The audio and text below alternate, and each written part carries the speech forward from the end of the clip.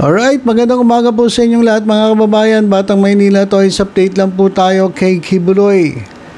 Kasi baka masyado tayong nakafocus kay Sara Duterte, baka na-miss out natin yung balita kay Kibuloy. So, i-update ko kayo.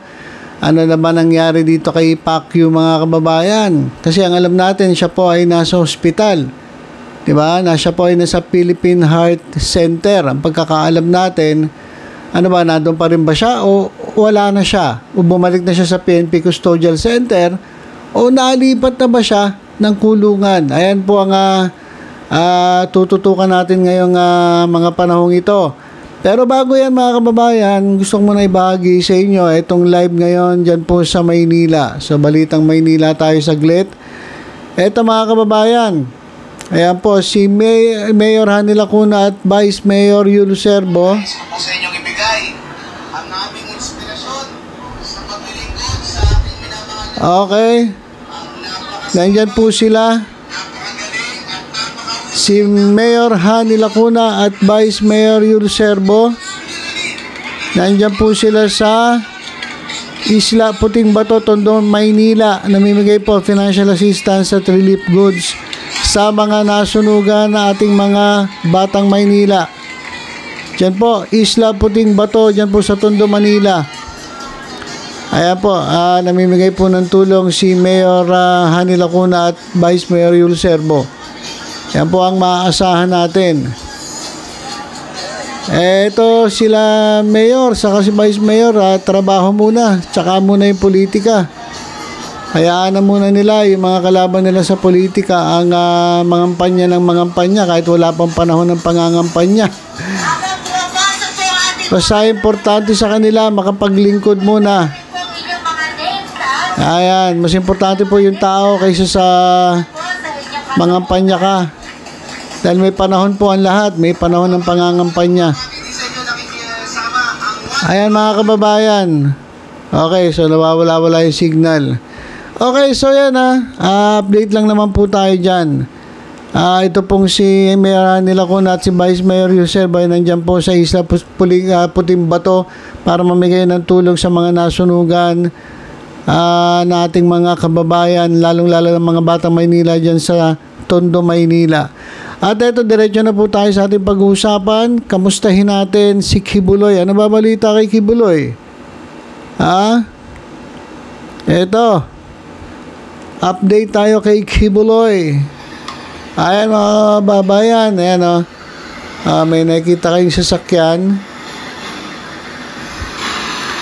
Ayan.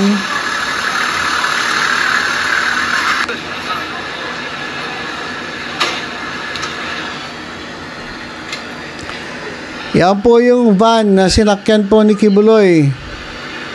Ayan mga kababayan. At si Kibuloy po ay nailipat na po sa Pasig City Jail, male dormitory. So wala na po siya sa PNP Custodial Center. At siya po ay diniretso na. Pagkatapos po sa Philippine Heart Center sa hospital, siya po ay inilipat na sa Pasig City Jail. So siya po ay masasabi natin na preso na. Siya po ay detainee mga kababayan. Wag na muna nating sabing inmate. Pero pwede rin inmate kasi nasa loob Inmate nga inmate. 'Di ba? So itong si Kibuloy mga kababayan ay nandiyan na po sa loob ng BJMP. Handa na po siya ng BJMP. Kasi ganito yan mga kababayan Bakit sa BJMP? Kasi po, hanggat ikaw ay hindi pa nahatulan, diyan ka po sa BJMP. At yung kanyang kaso ay under po ng Pasig City Jail, ng Pasig, kaya diyan po siya kinulong sa Pasig City Jail. Kasama niya po yung mga ordinaryong mga preso.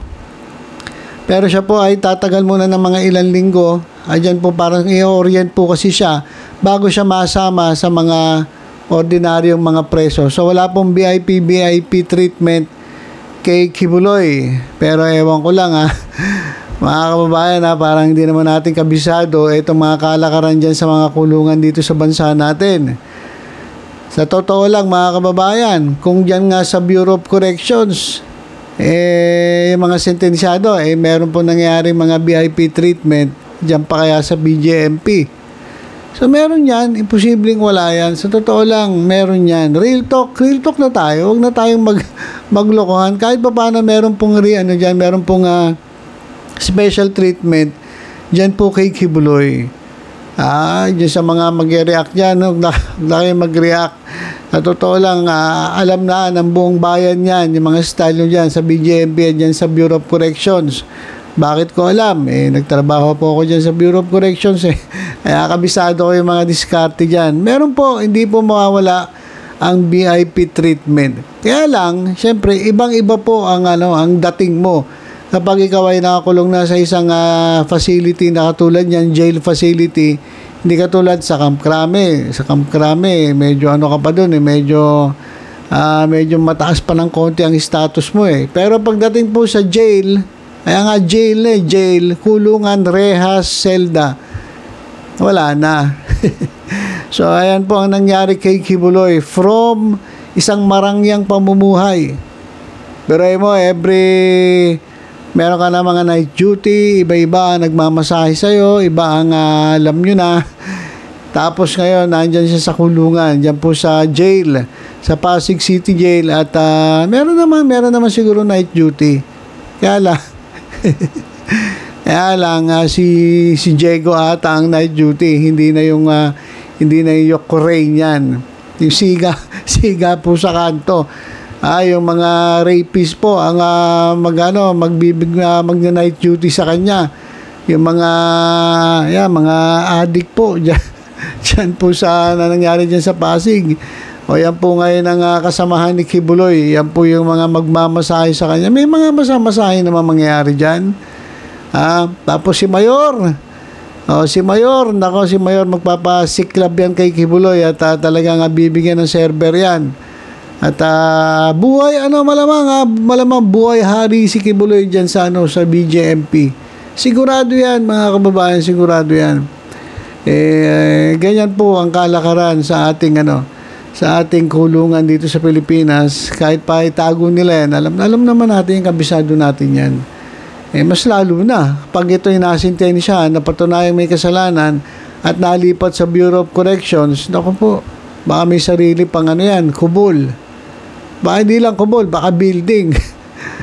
Baka magkasarili pang building yan, na kubol na malaki, na hiwalay dun sa sa building ng mga ordinaryong preso. Ayan po yan mga kababayan, aminin na natin, kahit i-deny nyo pa, aminin nyo yung totoo, ganyan talaga ang kalakaran sa ating mga pambansang pitan. So yan, mga kababayan magsusot na po ng dilaw etong si Kibuloy at nakasulat po dyan detainee at habang dinidinig ang kanyang kaso, palabas-labas lang siya dyan. Syempre may mga escorts. So yun po yung kahinatnan ni Kibuloy. Yan po ang kanyang status sa ngayon. Alam ko nilalakad na naman ni Torion na ito'y ma-house arrest wala. Hindi yung sa hospital kasi natatapos talaga yan Diba? Hospital furlough. Ayan ang tawag nila dyan. Tatapos din yun. Hindi naman habang buhay may sakit ka at saka mag-stay sa hospital. Ayan, tapos na. Hindi na siya binalik dyan sa Krame. Dinerecho na siya dyan sa Pasig City Jail.